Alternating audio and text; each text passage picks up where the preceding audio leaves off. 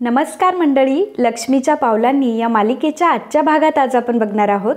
कला तिचे designs complete करत असते आणि मनात विचार करत असते की बापरे, हे सगळं तर मला खूप अवघड जाणार आहे आणि ह्या सगळ्या गोष्टी आता माझ्यावर खूप दडपण देखील आणताय. काय करू मी आता आणि कसं सांगू ह्या अद्वैत चांदेकरला, याबद्दल मला कोण बरं नीट सल्ला देईल. आणि मग लगेचच तिला आबांचं नाव आठवतं. लगेचच ती आबांच्या रूममध्ये जाते. इकडे रोहिणी ही अजूनही सरोजच्याच रूममध्ये बसलेली असते आणि सरोजचं फक्त डोकं खायचं काम करत असते. तेव्हा सरोज चिडते आणि रोहिणीला म्हणते की रोहिणी, तुला जर फक्त तिरकसच बोलायचं असेल ना, हे बघ, माझ्याकडे त्या गोष्टीसाठी अजिबात वेळ नाहीये, मला खूप काम आहेत. रोहिणी म्हणते की हो ना, बापरे, तुला खूप काम आहेत नाही का, आणि तसंही इथल्या सगळ्या गोष्टींची जबाबदारी घेणारी तू एकटीच तर आहेस. बरं जाऊ दे, चल, मी कामाचंच बोलते. तुला एक गोष्ट माहिती आहे का की आपल्या बिझनेसमध्ये एक ज्वेलरी डिझायनर ऍड झाली आहे. माहिती तुला ती कोण आहे? तिचं नाव काय आहे, सांगू शकशील का जरा मला? तेव्हा सरोज म्हणते की हे बघ, तुलाही माहिती आहे की माझा याच्याशी काहीही संबंध नाहीये. मी फक्त आपल्या बिझनेसचं अकाउंट सांभाळते आणि अकाउंटंटनी घोळ घातला ना, म्हणून मला इथे यावं लागलंय. आणि काय ग, ही सगळी कामं अद्वैत बघतोय हे तर तुला माहिती आहे ना, मग या सगळ्याशी तुझा काय संबंध? तुला काय इतका इंटरेस्ट येतो ह्या सगळ्या गोष्टीमध्ये? रोहिणी मात्र मनात विचार करत असते आणि तोंडावर हसत असते, म्हणत असते की अगं वहिनी, या सगळ्याशी माझा तसाही काही संबंध नाहीये ग. अगं, खरा संबंध तर तुझा आहे या सगळ्यांशी. रोहिणी लगेचच आता राहुलला कॉल करते आणि राहुलला सांगते की राहुल, तू एक काम कर, सरोज वहिनीच्या केबिनमध्ये लगेचच्या लगेच आहे. सरोजला असं वाटत असतं की ही रोहिणी कामाबद्दल काहीतरी विचारतीये आणि हिला कामाबद्दल काहीतरी जाणून घ्यायचंय. त्याच्यामुळे सरोज रोहिणीला म्हणत असते, हे बघ रोहिणी, मी तुला मगाशीही सांगितलंय आणि तुला आताही तीच गोष्ट सांगतेय की हे सगळे कामं अद्वैत बघत असतो, मी नाही. राहुल आता रूममध्ये आलेला असतो. राहुल त्याचा लॅपटॉप देखील सोबत घेऊन आलेला असतो. राहुल सरोजला म्हणतो की मामी, तुला मम्माने तर न्यू डिझायनर बद्दल कल्पना दिलीच असेल. लॅपटॉप ओपन करून न्यू डिझायनरचे जे डिझाईन्स आहे तो आता सरोजला दाखवत असतो. सरोज म्हणत असते की काय चाललंय हे सगळं, माझा काय संबंध या सगळ्या गोष्टीशी? रोहिणी म्हणते की अगं सरोज वहिनी, तू कशाला स्ट्रेस घेतीयस, आम्ही काय म्हणतोय ते एकदा तरी ऐकून घे आणि मग तुला हेही कळेल की एक्झॅक्टली प्रॉब्लेम कुठे आहे. राहुल आता स्क्रीनवर एक डिझाईन सरोजला दाखवतो. तेव्हा रोहिणी म्हणते की हे अद्वैतने अप्रूव्ह केलेले डिझाईन्स आहे आणि तिच्या पर्समधून एक शीट काढते आणि म्हणते की हे तुझ्या सुनेने काढलेले डिझाईन्स आहेत. आता ह्या दोन्हीही डिझाईन तू अगदी व्यवस्थितपणे बघ. तुला ह्या दोन्ही डिझाईनमध्ये काही साम्य वाटत नाहीये का? इकडे आबा हे हॉलमध्ये पेपर वाचत बसलेले असतात. आता कला ही त्यांच्यासोबत बोलायला येते, परंतु आबा पेपर वाचत आहेत म्हटल्यावर कला पुन्हा निघून जाण्याचा प्रयत्न करत असते. त्याचवेळी आबा तिला म्हणतात की काय झालं ग सुनबाई, तुला काही बोलायचं होतं का? कला म्हणते की हो आजोबा, खरं तर मला तुम्हाला एक प्रश्न विचारायचा होता. आबा म्हणतात की अगं प्रश्न विचार की. आजोबा, जेव्हा आपल्याला माहीत असतं की समोरचा माणूस आपल्याला अजिबात समजून घेणार नाही किंवा मग आपल्याला चुकीचाच ठरवणार आहे, आपल्याबद्दल गैरसमजच निर्माण करून घेणार आहे, आणि तरी सुद्धा जर आपल्याला त्या व्यक्तीला काहीतरी सांगायचं असेल, काहीतरी महत्त्वाचं बोलायचं असेल, परिणाम काहीही असू दे, परंतु ते गोष्ट शेअर करायची असेल तर काय करावं लागेल? आबा म्हणतात की अशा वेळी काय करायचं माहितीये का, समोरच्या माणसाचा विचार सोडून द्यायचं आणि आपल्या मनात जे काही चाललं आहे ना, ते फक्त दुसऱ्याला जाऊन सांगायचं किंवा शेअर करायचं. चिडू दे, नाहीतर रागवू दे, नाहीतर कांगावा करू दे, परंतु आपलं मन मात्र तिथं हलकं झालेलं असतं. आता समजा तुझ्या मनामध्ये जे काही आहे, एकदा जर तू बोललीस, स्पष्टपणे एखाद्याला सांगितलं, तर तुझ्याही मनातल्या गोष्टी क्लिअर होईल आणि समोरच्यालाही क्लिअर होतील. कलाला तिच्या प्रश्नाचं उत्तर भेटलेलं असतं. कला आजोबांना म्हणते की आजोबा, खरं तर माझा प्रश्न कठीण होता, परंतु तुम्ही दिलेल्या उत्तरातून मात्र मला माझा मार्ग आता दिसतोय. थँक्यू सो मच आजोबा. आणि असं म्हणून कला आता आनंदानेच तिथून निघून जाते. कलाला तिच्या प्रश्नाचं उत्तर भेटलेलं असतं, ज्यामध्ये ती कन्फ्यूज असते की अद्वैतला सगळं काही सांगावं की नाही सांगावं. आणि आता आबांनी तिला सोल्युशन दिलेलं असतं की तुला अद्वैतला सगळ्या काही गोष्टी सांगायलाच पाहिजे. इकडे सरोजने आता त्या डिझाईन्स चेक केलेल्या असतात. दोन्हीही डिझाईन्स अत्यंत सारख्या असतात आणि ते बघून सरोजला ही गोष्ट कळत नसते की रोहिणीला नक्की या सगळ्या गोष्टीतून काय प्रूव्ह करायचंय, आणि ते तसं विचारते देखील. तेव्हा रोहिणी म्हणते की बघ सरोज वहिनी, आता तुझी सून ही आपल्याच कंपनीसाठी डिझाईन काढते, ही गोष्ट आपल्या घरात तर कोणालाच माहित नाहीये. सरोज पुन्हा पुन्हा लॅपटॉपमध्ये असलेलं डिझाईन आणि तिच्या हातात असलेले डिझाईन चेक करून बघत असते. सरोजला खूप मोठा धक्का बसलेला असतो. ती धक्क्यानेच उभी राहते आणि म्हणते की परंतु हे सगळं कसं काय शक्य आहे? रोहिणी म्हणते की अगं सरोज वहिनी, सेम तुझ्यासारखीच माझी परिस्थिती झाली होती. जेव्हा मी हे सगळं बघितलं ना, तर मी अक्षरशः गांगारून गेले होते. मला माझ्या डोळ्यांवर विश्वासच बसत नव्हता. मग मी याबद्दलचे सर्व मेल चेक केले आणि तुझ्या सुनेला मी स्वतः डिझाईन्स काढताना बघितलंय आणि तेव्हा कुठेतरी जाऊन माझी खात्री पटली आहे. आता तर तुला पटलं असेल ना की मला जे सांगायचं होतं ते इम्पॉर्टंटच होतं म्हणून. तर इकडे काजलने कॅफीचा ड्रेस घातलेला असतो, तिची सॅक वगैरे ती घेते आणि म्हणते की आई आम्ही येतो ग. असं म्हटल्यावर सोहम तिथे येतो आणि म्हणतो की आता कुठे निघाली आहेस तू.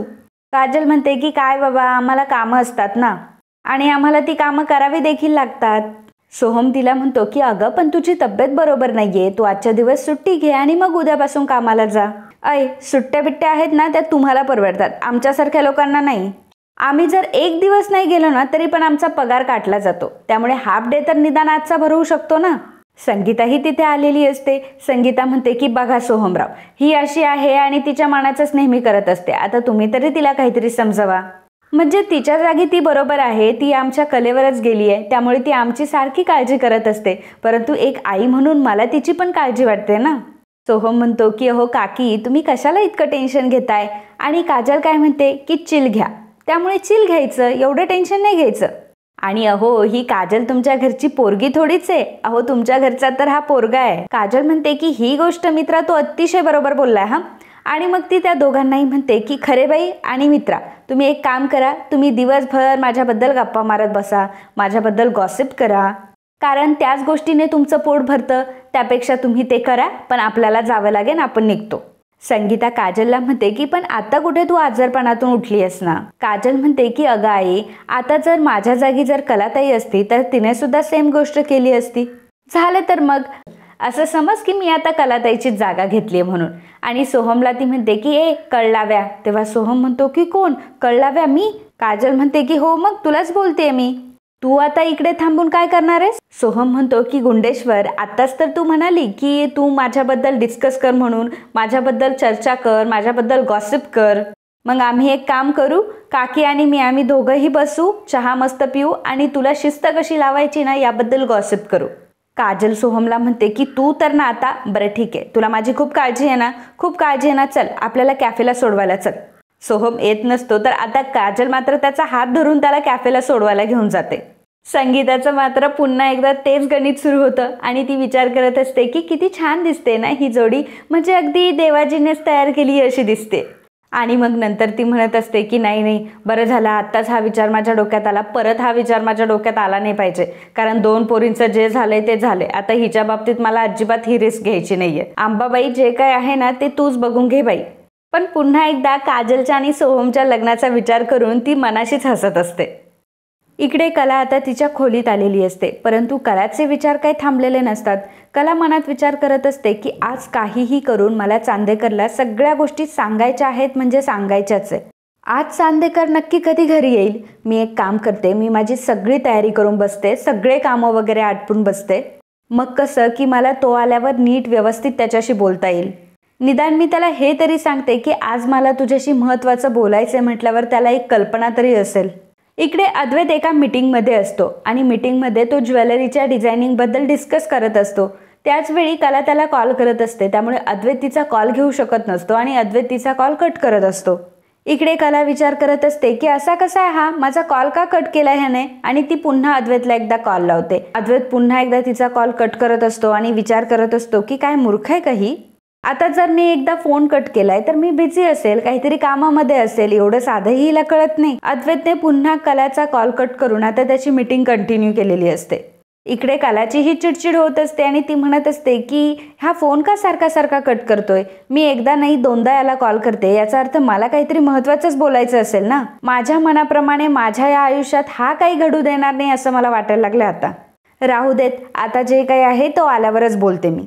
इकडे सरोजला खूप मोठा धक्का बसलेला असतो, कारण ती न्यू डिझायनर ही कला आहे हे सरोजला आता समजलेलं असतं आणि ती म्हणत असते की एवढा मोठा धोका, एवढी मोठी फसवणूक, असं कसं काय करू शकते ती. तेव्हा रोहिणी म्हणते की सरोज वहिनी, मला माहिती आहे की तुला आता खूप मोठा धक्का बसलाय आणि तुला त्या मुलीने धोका दिलाय, त्या मुलीने प्रत्येक वेळी तुला धोका दिलाय आणि प्रॉब्लेम हा आहे की ती मुलगी प्रत्येक वेळी तेच तेच तेच तेच तेच तेच धोका देत असते आणि फसवणूक करत असते. अगं सरोज वहिनी, जेव्हापासून ती मुलगी तुझ्या आयुष्यात आली आहे ना तेव्हापासून सगळंच विस्कळीत झालंय. सरोजला आता खूप राग आलेला असतो, हातातला पेन सुद्धा ती जोराने आपटते. तर रोहिणी राहुलला सांगते की राहुल तू एक काम कर ना, तू आता बाहेर जा आणि सरोज वहिनीसाठी एक स्ट्रॉंग कॉफी पाठवून दे, कारण सरोज वहिनीला आता त्याची खूप गरज आहे. तू नको काळजी करूस, आम्ही बघतो ना काय आहे ते. राहुल आता तिथून निघून गेलेला असतो. तर सरोज मात्र खूपच चिडचिड करत असते आणि तिच्या चेहऱ्यावर ते स्पष्ट दिसत असतं. रोहिणी तिला म्हणत असते की सरोज वहिनी, अगं नको ना चिडचिड करू, आणि काय इतका त्रागा करतीये. सरोज म्हणते की अगं चिडचिड नको तर काय करू आता मी. आपल्याच घरामध्ये एवढ्या सगळ्या गोष्टी चालल्या ना, याची मला खरंच कल्पना नव्हती. अगं ही मुलगी माझ्याच घरात राहून माझ्याच नाकावर टिचून ह्या सगळ्या गोष्टी करतेय आणि ह्याची मला कल्पना देखील नाही. रोहिणी म्हणते की हे बघ सरोज वहिनी, माझ्या मनात जे काही येतं ते मी बोलून टाकते आणि म्हणूनच सगळ्यांना मीच दिसते. पण खरं सांगू का सरोज वहिनी तुला, मला आधीपासूनच माहीत होतं की ही मुलगी एक नंबरची धूर्त, लबाड आणि आतल्या गाठीची आहे. परंतु माझं कोणीच मान्य करत नाही. तेव्हा सरोज म्हणते की का मान्य नाही करणार, आत्ताच्या आत्ता जाते आणि त्या मुलीला मी चांगलंच झापते. रोहिणी म्हणते की अगं सरोज वहिनी थांब, तू जर आता सगळ्यांसमोर जाऊन सांगितलं ह्या सगळ्या गोष्टी तर काय उपयोग राहणार आहे. हे बघ तुला एक गोष्ट कळती का, तू आता सरळ मार्गाने जर तिला जाब विचारायला गेली ना तर सगळ्यात पहिल्यांदा ती तुला तोंडावर पाडेल, आणि तेही आबांसमोर. आता आबांसमोर तिला एक्सपोज करायचं म्हटल्यावर आपल्या हातात काहीतरी पुरावे असले पाहिजे ना. अगं ज्या मुलीशी तू डील करतीये ना ती मुलगी फार पोचलेली आहे, त्यामुळे आपल्याला तिच्या पद्धतीने सुद्धा थोडंसं बघायला लागेल. परंतु सरोज वहिनी, आपल्याला एक गोष्ट जास्त लक्षात घ्यावी लागेल. अद्वैतला ही गोष्ट माहिती आहे का की ती न्यू डिझायनर दुसरं तिसरं कोणी नसून कला आहे म्हणून. आणि खरं तर या गोष्टीबद्दल मला एक शंका सुद्धा आहे. सरोज विचारते की कुठली शंका. रोहिणी म्हणते की हे बघ, हे सगळे डिझाईन्स अद्वैत अप्रूव्ह करतो आणि हे सगळे डिझाईन्स त्याचीच बायको बनवते. आता ही गोष्ट अद्वैतला माहीत असेल का. नाहीतर असे तर नसेल ना, म्हणजे तुझ्यापासून लपवून, घरच्यांपासून लपवून त्याने त्याच्या बायकोला कामावर तर ठेवलं नसेल ना. रोहिणीने आता सरोजच्या मनामध्ये बरोबर आग लावलेली असते आणि स्वतः मात्र हसत असते. सरोजला तिने खूपच टेन्शन दिलेलं असतं. सरोज आता तिथून निघून जात असते, परंतु रोहिणी तिला थांबवते आणि म्हणते की अगं सरोज वहिनी थांब 2 मिनिट. एवढ्यातच सरोजची कॉफीही आलेली असते. तर रोहिणी तिला म्हणत असते की सरोज वहिनी, हे बघ तुला आता असं वागून अजिबात चालणार नाहीये, तू टेन्शन घेऊ नकोस, तू पहिल्यांदा कॉफी घे बरं. अगं सरोज वहिनी, मी तुला ह्या गोष्टी याच्यासाठी सांगते की समोरच्या व्यक्तीला तू जाऊन हे सगळं सांगशील तर समोरची व्यक्ती पहिल्यांदा सावध होईल ना. सरोज म्हणते की म्हणजे काय म्हणायचंय तुला. तेव्हा रोहिणी म्हणते की अगं सरोज वहिनी, तू एक नंबरची साधी, सरळ आणि सोपी बाई आहेस. पण तुला माहिती आहे का की तुझी सून किती चालाक आहे ते, आणि जर तिला पकडायचं असेल तर आपल्याला तिला तिच्या पद्धतीनेच खेळावं लागेल. सरोज म्हणते की हे बघ रोहिणी, आत्ताच माझं डोकं खूप दुखतंय, त्यामुळे प्लीज तुला जे काही बोलायचं ना ते स्पष्टपणे बोल. इकडच्या तिकडच्या गोष्टी बोलू नकोस आणि करूही नकोस. जे काही आहे ना ते मला तू थेट बोल बरं. रोहिणी म्हणते की बरं ठीक आहे, थेटच बोलते.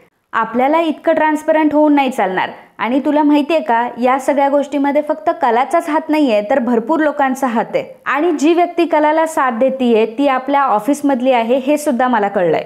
सरोज म्हणते की कोण आहे ती. तेव्हा रोहिणी म्हणते की थांब, एक काम कर, मी त्या मुलीला ना तुझ्या केबिनमध्ये बोलवले, तू एक काम कर, तिच्याशी गोड गोड बोल आणि सगळ्या गोष्टी तिच्याकडून काढून घे. परंतु मी तुला काही सांगितले ना हे काही बोलू नकोस. तेवढ्यातच आता सानिका तिथे येते. सानिका आतमध्ये आल्यावर सरोज आता थोडं नॉर्मलाइज होते आणि तिला नॉर्मल असल्यासारखं दाखवत असते. सानिका तिला विचारते की काय झालं मॅडम, तुम्ही मला बोलवलं. सरोज म्हणते की अगं हो, बस ना इथे. तेव्हा सानिका म्हणते की नाही मॅडम, मी इथेच ठीक आहे. सरोज म्हणते की काही नाही ग, मी अधूनमधून आपल्या स्टाफची चौकशी करत असते ना. परवा मी तुझ्याकडनं बजेट मागवलं, सगळ्या गोष्टींची बिलही मागवली, परंतु तुझ्याशी मात्र बोलायचं राहूनच गेलं होतं. सानिका म्हणते की हो मॅडम, बोला ना काय झालं. तेव्हा सरोज म्हणते की मला सांग की तू तुझ्या जॉबवर आणि तू तुझ्या पोस्टवर खुश तर आहेस ना. सानिका म्हणते की हो मॅडम. सरोज विचारते की आणि घरचे कसे आहेत सगळेजण. सानिका म्हणते की घरचे पण चांगले आहेत. सानिकाला खूप छान वाटतं की सरोज मॅडमनी तिला तिच्या घरच्यांबद्दल, तिच्याबद्दल विचारलं. अगं जरा मला तुझ्याशी बोलायचं होतं ते असं की सध्या आपल्याकडे जे डिझाईन्स येत आहेत ना, त्या खरंच खूप सुंदर आहे. म्हणजे तुला सांगू का, अगदी बँगलोरला सुद्धा आपलं खूप कौतुक झालंय आणि याच गोष्टीबद्दल मला तुझ्याशी बोलायचं होतं. त्यासाठी मला तुला थँक्यू ही म्हणायचं होतं, कारण त्या डिझायनरला तू शोधून काढलंयस. सानिका म्हणते की थँक्यू मॅडम. आता सरोज पुन्हा तिला प्रश्न विचारते की काय ग, म्हणजे ही डिझायनर तुला कुठे भेटली होती का, कोण आहे ती, काही इंटरव्ह्यू वगैरे घेतला होतास का तू तिचा. तेव्हा सानिका म्हणते की नाही मॅडम, ती माझी मैत्रिणीच आहे. सरोज तिला विचारते की मग काय ती कधी ऑफिसला नाही आली का. तेव्हा सानिका म्हणते की नाही मॅडम, कारण तिच्या घरचे तिला परवानगी देत नाही. सरोज आणि रोहिणी एकमेकींकडे बघू लागतात. रोहिणी आता पुढे सानिकाला म्हणते की काय ग, तुझ्या अद्वैत सरांचं तिच्याशी बोलणं झालंय का. म्हणजे तुझे अद्वैत सर बोलतात का तिच्याशी? तेव्हा सानिका म्हणते की हो, अद्वैत सर तर बोलतात ना तिच्याशी. सरोजला आता खूप मोठा धक्का बसलेला असतो. सरोज तिला विचारते की मला सांग की ती दिसायला कशी आहे? सानिका म्हणते की दिसायला म्हणजे नॉर्मलच आहे. सरोज म्हणते की तू आता काय म्हटलीस की तिच्या घरचे तिला त्रास देतात, बरोबर ना? तेव्हा सानिका थोडी गडबडते आणि म्हणते की नाही, म्हणजे मला असं म्हणायचं होतं की. तेव्हा सरोज म्हणते की नाही नाही ठीक आहे. रोहिणी मात्र ह्या सगळ्या गोष्टी एन्जॉय करत असते आणि विचार करत असते की अरे बापरे, हे प्रकरण तर काहीतरी वेगळंच वळण घ्यायला लागलंय, पण जाऊ दे, मला मात्र मज्जा येते. सरोज सानिकाला म्हणते की ऐक ना सानिका, मला तुझ्या ना त्या डिझायनर मैत्रिणीसोबत बोलायचंय, जरा तिला फोन लावून दे ना. सानिका म्हणते की मॅडम, आता ती फोनवर नाही बोलू शकत, मी जर थोड्या वेळाने लावला तर चालेल का? आणि तिला जर फोन लागला तर मग मी तुम्हाला सांगते येऊन, मी जाते हां आता. तेव्हा रोहिणी तिला थांबवते आणि म्हणते की थांब ग सानिका, एवढी काय तुला घाई आहे जायची बरं? सरोज वहिनी जे काही सांगते ते ऐक तरी. आता तिला रागावून सांगते की हे बघ, मी तुला सांगितलं ना, तिला फोन लाव तर फोन लाव आणि फोन हा स्पीकरवर ठेवला पाहिजे. सानिका आता खूपच गडबडते आणि सानिकाला काय करावं तेच कळत नाही. इकडे कला ही विचार करत असते की असा कसा हा, माझे फोन तर याने कट केले आणि जेव्हा माझ्यावर लक्ष ठेवायचं होतं तेव्हा तर मला व्हिडिओ कॉल केला आणि आता इतके कॉल करूनही माझा एकही कॉल उचलला नाही. चांदेकर, आता तर मला ना कधी एकदाच मीच ह्या सगळ्या डिझाईन्स करते आणि तुला सांगते असं झालंय मला. सरोज इकडे सानिकाला फोर्स करत असते की सानिका त्या मुलीला फोन लाव. तर रोहिणी म्हणते की एक मिनिट सरोज वहिनी, आपल्यालाही माहिती आहे की ती किती स्मार्ट येते. ती तर आपल्याला पहिल्या गोष्टीमध्ये पुरावे मागेल आपल्याकडे आणि म्हणेन की पुरावे दाखवा नाही तर बोलू नका, मग आपणही पुरावे गोळा करूयात. मी एक काम करते, मी ही कॉल रेकॉर्ड करते आणि स्पीकरवर ठेवते. सरोज आता सानिकाच्या हातातून फोन हिसकावून घेते आणि म्हणते की फोन लाव. सानिका रडायला लागते आणि म्हणते की प्लीज मॅडम, असं नका करू, मी आता तिला फोन नाही लावू शकत. तेव्हा सरोज म्हणते की हे बघ, तुझ्या फोनवरून मीही फोन लावू शकते, परंतु मी तुला 2 पर्याय देते. एक तर तू फोन लाव, नाहीतर तुझी नोकरी सोडून तू निघून जा. सानिका आता खूपच घाबरलेली असते आणि सानिका आता घाबरत घाबरत आता कलाला कॉल लावते. अगदी कॉल लावताना सुद्धा तिचे हात थरथर कापत असतात आणि रोहिणीने तिचा फोन साईडला ठेवलेला असतो कॉल रेकॉर्डिंगसाठी. आता सानिकाने कलाला कॉल केलेला असतो. कला पटकन कॉल उचलते आणि म्हणते की हाय सानिका, बोल. सानिका घाबरतच म्हणत असते की मेल चेक केला का, मेल केला का मला? तेव्हा कला म्हणते की अगं हो, मी तुला सकाळीच मेल केला, तू चेक नाही केलाय का? सानिका म्हणते की हो, म्हणजे मला मिळाला चेक. तर कला विचारते की ऐक ना, मला एक सांग की अद्वैत सर खूप बिझी आहेत का? नाही, त्याला मी मगाचपासून खूप सारे कॉल्स केले, परंतु त्याने एकही नाही उचलला. सानिका म्हणते की हो, ते जरा एका मीटिंगमध्ये बिझी होते, काही तुम्हाला निरोप वगैरे द्यायचा होता का त्यांना?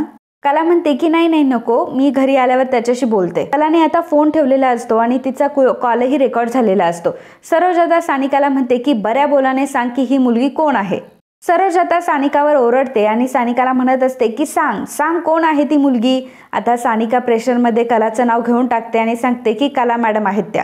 सरोजला आता खूपच राग आलेला असतो आणि सरोज आता ते डिझाईनचं शीट घेऊन तिथून रागारागात निघून जाते. रोहिणी सानिकाला म्हणत असते की काय आता तुला जाण्यासाठी इन्व्हिटेशन हवंय का, जा ना आता तू पण.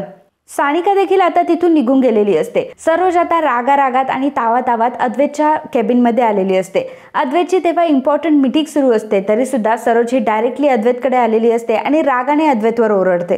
सरोजचा तो आवाज बघूनच आता जो मीटिंग करणारा असतो तो माणूस तिथून निघून गेलेला असतो. अद्वैत सरोजला म्हणतो की काय झालंय आई, तू माझ्याकडे अशी का आली आहेस? तेव्हा सरोज म्हणते की अद्वैत, मला तुझ्याकडनं ही अपेक्षा ना अजिबात नव्हती. अरे तू कधीपासून असं वागायला लागला आणि आईशी खोटं बोलायला लागला रे? आणि आता त्या मुलीच्या नादी लागून तू माझी फसवणूक करणार आहेस का, आपल्या आईची फसवणूक करणार आहे? सरोज आता डिझाईन्स अद्वैतला दाखवते आणि सांगते की ही डिझाईन्स कोणी काढली तुला माहितीये का? अद्वैत म्हणतो की हो माहितीये, आपल्याकडे जी डिझायनर काम करते श्रेया, तिने काढले हे डिझाईन्स. सरोज म्हणते की एक्झॅक्टली हीच गोष्ट तू माझ्यापासून लपून ठेवली. अद्वैत म्हणतो की हो, म्हणजे आम्ही कधी कधी बोलतो, परंतु ती सानिकाची फ्रेंड आहे. सरोज अद्वैतला म्हणते की हा, म्हणजे तू तिला भेटलाही असशील आणि तू तिच्याशी बोलतही असशील, आणि तसंही तिला भेटायची काय गरज आहे, ती 24 तास घरातच तर असते. अद्वैत म्हणतो की आई आता तू काय म्हणालीस? तेव्हा सरोज म्हणते की तुला माहीत नाहीये असं प्लीज तू मला दाखवू नकोस. आता त्या मुलीला जर डिझायनर म्हणून आपल्या ऑफिसमध्ये ठेवायचं होतं तर ही गोष्ट तुम्हाला का नाही सांगितलीस? ती मुलगी तर जन्मालाच खोटी म्हणून आली आहे आणि आता तूही तिच्या नादाला लागलायस का? अद्वैत म्हणतो की आई एक मिनिट, तुला असं म्हणायचं आहे का की ती खरेच डिझायनर आहे म्हणून? सरोज म्हणते की हो मग, आणि माझा अंदाज चुकीचा नाहीये आणि या गोष्टीबद्दल मी असंच नाही बोलत, तर माझ्याकडे पुरावे देखील आहे. अद्वैत म्हणतो की आय न्यू इट, मला माहीत होतं की ती मला फसवतीये. सरोज म्हणते की फसवते म्हणजे? तुला ही गोष्ट माहीत नाहीये का? अद्वैत म्हणतो की ऑफकोर्स आई, मला ही गोष्ट नव्हती माहिती, मला फक्त डाऊट होता. माझ्या हाती कुठलाही पुरावा लागलेला नव्हता. मी तिला पकडण्याचाही खूप प्रयत्न केला, परंतु प्रत्येक वेळी तिच्या अतिहुशारीने मात्र मला फसवलंय. सरोज म्हणते की हो, मला माहिती आहे ती अशीच फसवणारी आहे. अद्वैत म्हणतो की आई, पण तुला कोणी सांगितलं? सरोज म्हणते की सानिकाने तिच्या तोंडून हे सगळं कबूल केलंय आणि मी माझ्यासमोर तिला फोनही लावायला सांगितला होता आणि त्या फोनचं रेकॉर्डिंग सुद्धा आहे आपल्याकडे. अद्वैत म्हणतो की बरोबर आहे आई तुझं, खरे अतिशय खोटारडी मुलगी आहे, आज तर तिला अजिबात सोडणार नाही. अद्वैत आता प्रचंड चिडलेला असतो. तर मित्रांनो, आजचा हा भाग इथेच संपतो. पुढील भागामध्ये आपल्याला बघायला मिळणार आहे अद्वैत आता प्रचंड रागावलेला असतो. रागात आता तो घरी आलेला असतो आणि ते डिझाईन्स आता कलाच्या तोंडावर फेकतो आणि म्हणतो की कोणी काढले हे? तर कला म्हणते की अद्वैत, मीच काढले हे. पण अद्वैत म्हणतो की पण काय? पण फक्त खोटं बोलून काढले ना तू हे सगळं? आता इथून पुढे तुझी शिक्षा हीच आहे की तू इथून पुढे आमच्यासोबत काम करायचं नाहीस. कला म्हणते की तुला डिझाईन्स घ्यायचे की नाही हे तू ठरव, परंतु मी माझं काम करत राहणार.